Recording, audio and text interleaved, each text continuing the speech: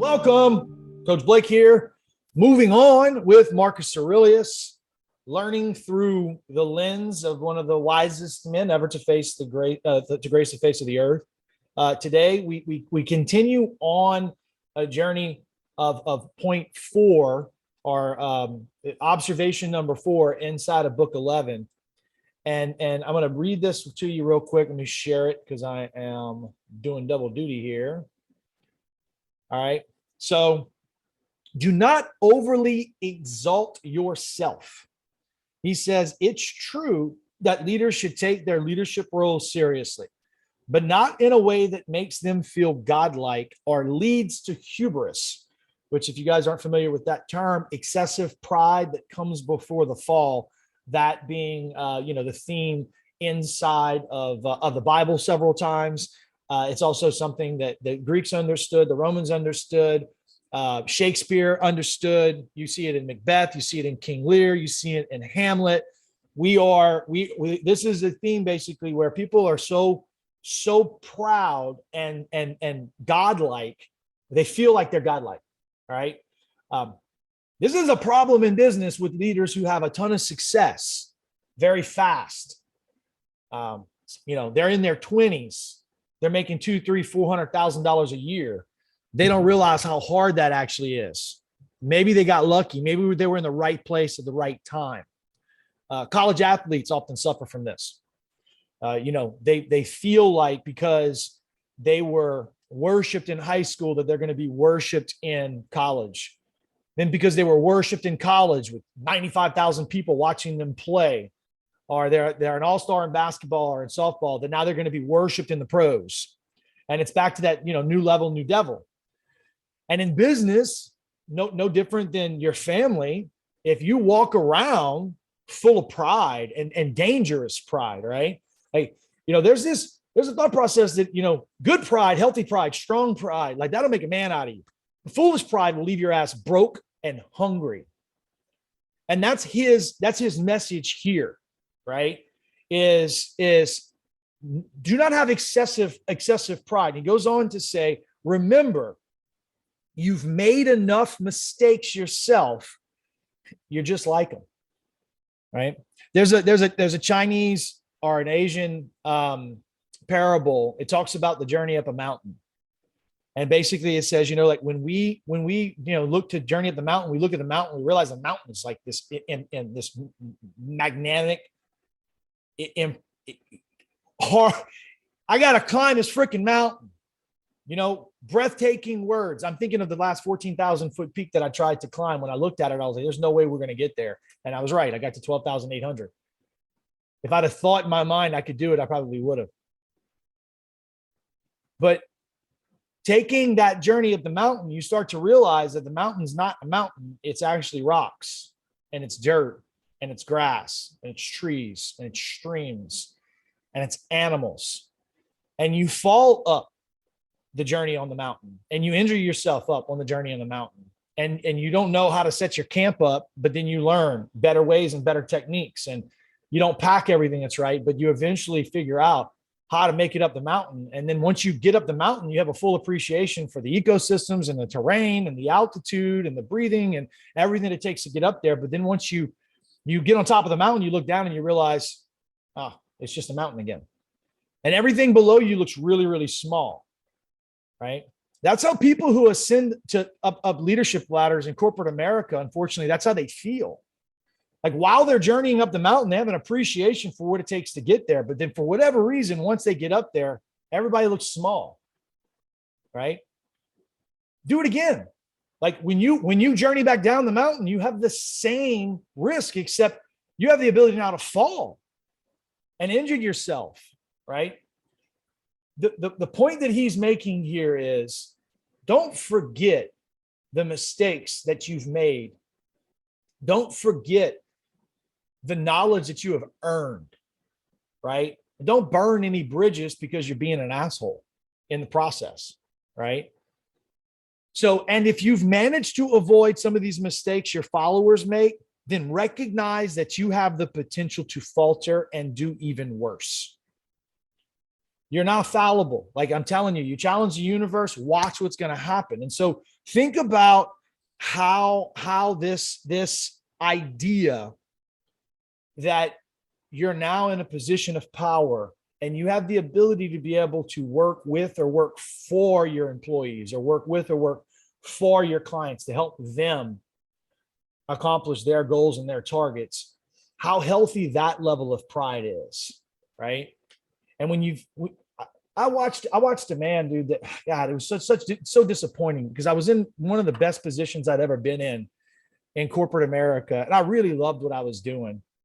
And I mean, at this time, like, I remember what my team's targets were. I don't remember what our business targets were. I just know my team hit their targets and accomplished all their goals, and we smashed expectations by like a factor of like 100x. Like, it was incredible.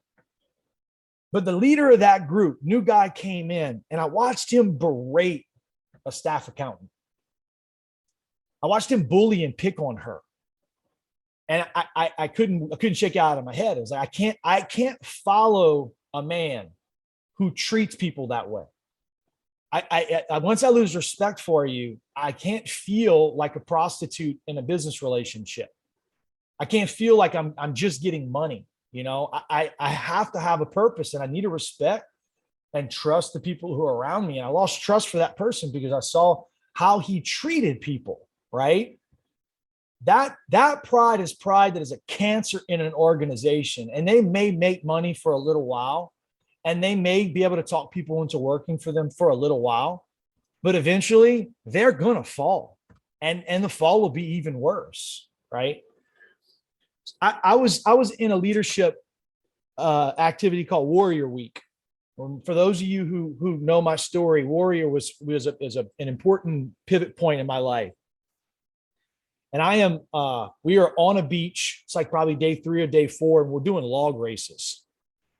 And the log race was,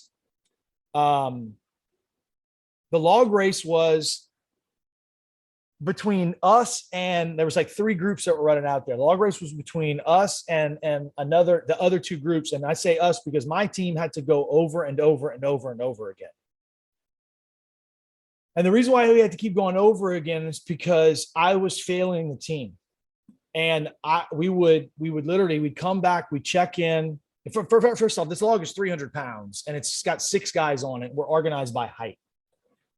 And so we have to pick up the log, put it on our shoulders. We have to run probably like 20 meters, turn around a cone, run back, put the log down, stand at attention, check in. Coach says, you guys lost. We clearly won. We won the race. He says, you guys lost. You weren't organized. Do it again. So we go against the other team. We run out there. We come back. Do it again. We run out there. Come back. Do it again. We do like 10, 15. I am completely exhausted at this point, and it's just my fault.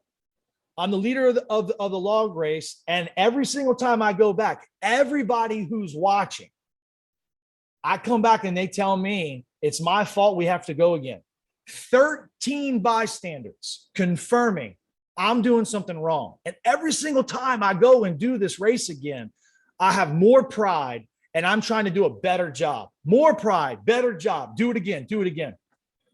At this point, now coach basically decides he's going to teach me a lesson because I'm a slow learner. I go in the ocean, come run back. And he asked me, why? Why did you fail? Why did you not do what's right for your team? And I don't have an answer. Go back in the ocean, come back. Why? Go back in the ocean. On the 3rd time I go back in the ocean, he's on me. Coach Sam Falsafi picks me up, power slams me in the water, and he's effectively drowning me, baptizing me, and I submit. I think this crazy Muslim man is going to fucking kill me, right? And he's screaming at me. He's screaming at me for me to let go, for me to let my team work, for me not to do all the work, for me to submit. And it hit me. I go back up, and he asked me one more time after I'm completely exhausted. He says, why were you going over and over again, Blake? And my answer was, because I was doing all the work. But I hadn't realized while I was doing it was that I was carrying most of the weight for the entire team. There was me and there was Maddie. I'm 6'2". Maddie's 5'6". And because I'm shouldering all of the weight and I am running and carrying most of the weight on the log, it was putting almost all of the weight on Maddie. And Maddie's a tough little son of a bitch. He's keeping up. But if I would have tripped and fell, the weight and the momentum of the log would have injured those people on my team. How many times in life are you, because of your pride and your ego, shouldering the weight for your team? And if you fall down, it crushes them because they're not in sync with you, and because they haven't been conditioned to hold the weight, and because they're not as strong as you. You dwarf their ability to perform. Where do you do that inside of your marriage and your children? Where do you come in after a long day at work and you're proud of the money that you make and you flip it around and chastise your spouse because she gets to stay home, right? Where are you so proud of your accomplishments that you compare you to your children and make it impossible for them to ever win your appreciation? Where are you so proud in your bank account that you make dumb business decisions and get in dick waving contests with people on spending money instead of making money, right? That's the pride that my man here is talking about. That's the hubris that you need to stay clear of as a laboratory sales rep, as a husband, father, as a wife, as a sister, as a brother. Go teach somebody this lesson through your actions. This lesson doesn't require words. To learn this lesson, this needs to be embedded in your heart and your soul and your muscle fiber. This is the fiber of your being. This is your essence. This is your existence. You learn this one, your life is better forever. Your children's lives are better forever. The world is better forever. Stop leading with your ego. Start connecting with people and work for them. My employees don't work for me. I work for them. I work for their goals. I work for their targets. I was reminded of that today. Not through like some crazy life lesson that was like painful for me, like I normally learn, but out of love for another person. That's what our company's about, and that's what we're doing. And I'm very proud to be learning this lesson right now, today, so that way I can lead with my actions.